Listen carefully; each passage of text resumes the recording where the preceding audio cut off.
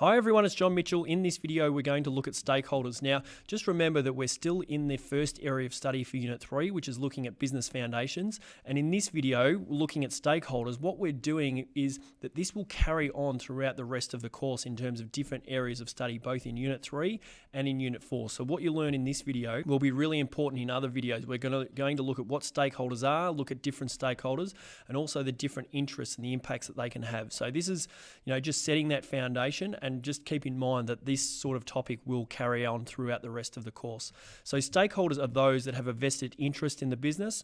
They have very different interests. So different stakeholders will have varying interests, and it's important that a manager considers those interests when making decisions, because some decisions can impact one stakeholder positively while another stakeholder negatively.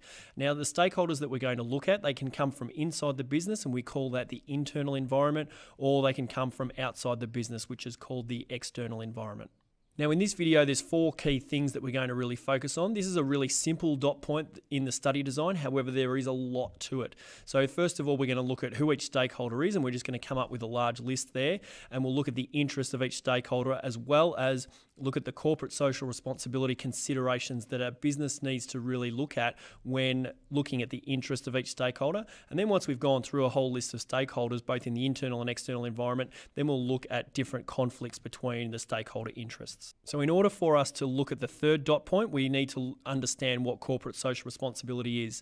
Now, CSR, you might see it as, is the continuing commitment of a business to go above and beyond their legal obligations to operate in an economically, socially, and environmentally sustainable manner. So what you see, those 3 key things there, economic, social, and environmental impact, you may see that as the triple bottom line. But the key here is that they are not just adhering to their legal obligations. Corporate social responsibility is about going above and beyond a business's legal obligations. Now, it's important that businesses actually consider different CSR issues when they're dealing with the stakeholders. So looking to go above and beyond their legal obligations to really benefit the stakeholders. Now, if we begin with the internal environment, we're going to focus on the owners, directors, managers, and employees. Now, the first stakeholder is the owners or the shareholders, depending on which business structure they are. So sole trader partnership will be the owners. In the company structures, they'll have shareholders. Now, they are the owners of the company. They own part of the company. Now, depending on the type of business, the owners or the shareholders may or may not be part of the everyday operations. So, for example, with a sole trader, they're likely to be part of the everyday operations. But in the company structures, could be that all the shareholders won't be part of the everyday operations. Now, as with all the stakeholders, we're going to look at what their interest is. So shareholders want a return on their investment through either capital gains, which is where the increase in value of the business, or through improved profits and where they share in the dividends.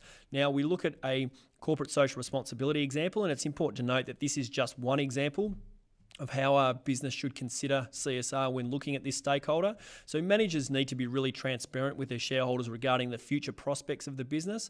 And that can also be not just with particular shareholders, but potential shareholders, so that they really understand where the business is heading, and they can make a judgment on their return on investment and make wise decisions about their investment because of that. Next, we have the directors, which are the people that have the responsibility for managing the company's overall business objectives. Often they are put in place because of, by the shareholders, so the shareholders vote them in. Some of them may be major shareholders in the business, but essentially what they're trying to do is develop strategies and make major business decisions on the overall long-term direction of the business. So they're not necessarily working in the day-to-day operations, but they are setting the overall strategic direction of the business. Now, their interests, they expect to be well remunerated. That can be both through money in terms of an actual wage, or whether it be share options. Sometimes they're often paid in shares. Now, corporate social responsibility example, it's again looking at ethical remuneration, so paying them fairly, and also sometimes directors can get paid really highly even though the business is not performing well. So it can be a consideration to say, well, we've downgraded, they've lost lots of employees because there's been really poor performance, and ethical payments in terms of remuneration for directors, saying, well, rather than them getting paid tens of millions of dollars, even though they've gotten rid of 20% of their workforce, that may not be the most ethical way to do things. And also they need to consider corporate social responsibility in the long-term direction of the business. Now, management are those that are responsible for different areas of the business, and they ensure that the business strategy is carried out so that the overall business objectives can be achieved. Now, many businesses will have different levels of management with varying responsibilities, so there can be senior management, middle management, lower management, while other smaller businesses will not have levels of management. There may just be one manager with a sole trader. Now, their interest, well, they expect to be involved in decision making and also remunerated fairly, because even though they are a manager and have responsibility, they're also an employee. So the CSR example can be based around fair pay and really strong working conditions or positive working conditions, and also considering CSR in decision making, a little bit like the directors, but in terms of the everyday operations, this is where the management is making decisions on the everyday operations of the business, and they should be considering corporate social responsibility in that decision making. And finally, from the internal environment, we have the employees. Now, employees are those that work in the business in exchange for a wage or money through salary or wage. Now, employees, they're essentially the ones that complete all the activities to achieve the business objectives. So a business can have, all the same resources, but they can't have the same employees. So their interest is to have or receive fair pay, good working conditions, and ongoing employment.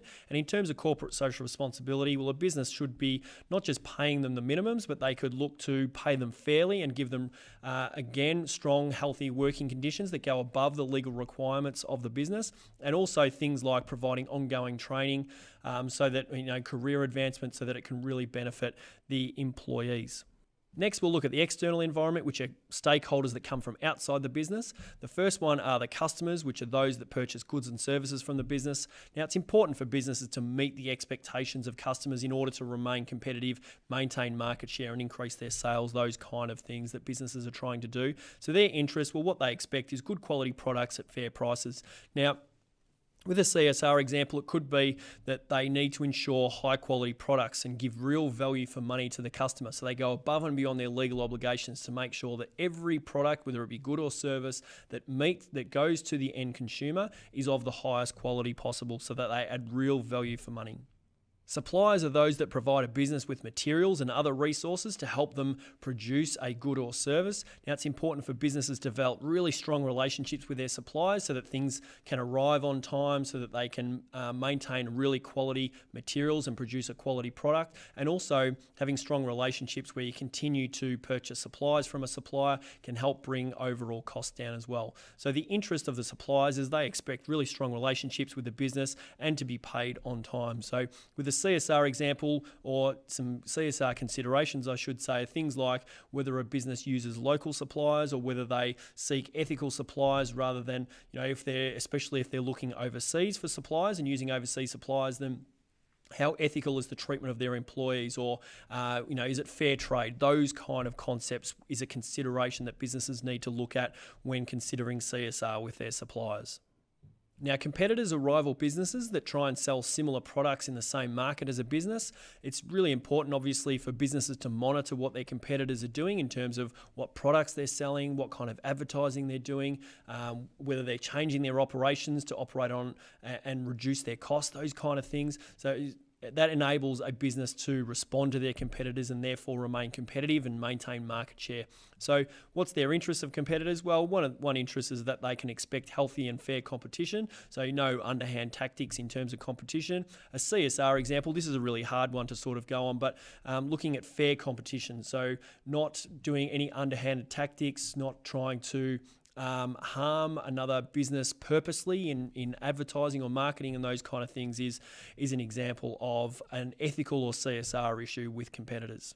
Next, we're going to look at the government, and that can be the federal, state or local level in government, so all types of governments, because businesses need to adhere to all government regulations that are relevant to their business. So the interest of the government, well, they expect the business to help the economy and the community in which they serve by providing things like local employment, so providing employment for locals, and also paying taxes so that the government can then use those taxes to benefit the community. So a CSR example is, well, rather than trying to maintain local employment and maintain local operations, that would really be a CSR consideration for the government.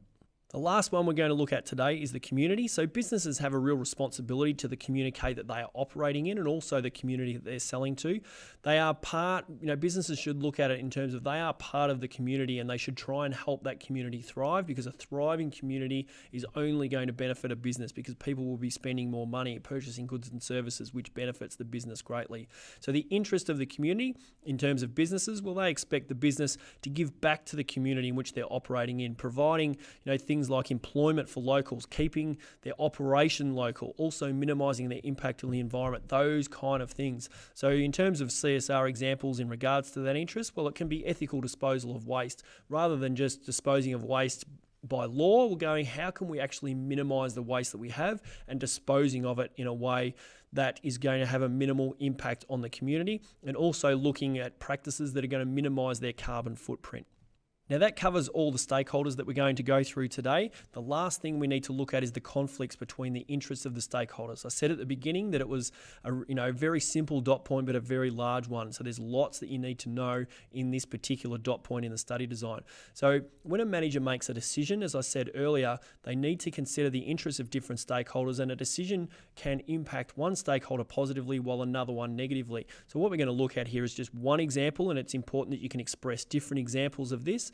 But if we look at the employees and the interest of the employees conflicting with shareholders. So what's the interest of employees? Well, they want fair pay, good working conditions, ongoing employment. Now that costs businesses money. So let's say that the employees are looking to increase their wages or receive better conditions. Well, that is going to cost the business money, which conflicts with the interest of the shareholders, because the shareholders want a return on their investment. If the business is spending more money on the employees, there is a chance, and it doesn't always happen, but there is a chance that that will result in less profits for the shareholders, which obviously conflicts with their interest. So they're the types of conflicts that you need to be able to express between different stakeholders. So for questions, activities, and to find out more about our Unit 3 Flying Start lecture, then come on over to teachingbubble.com.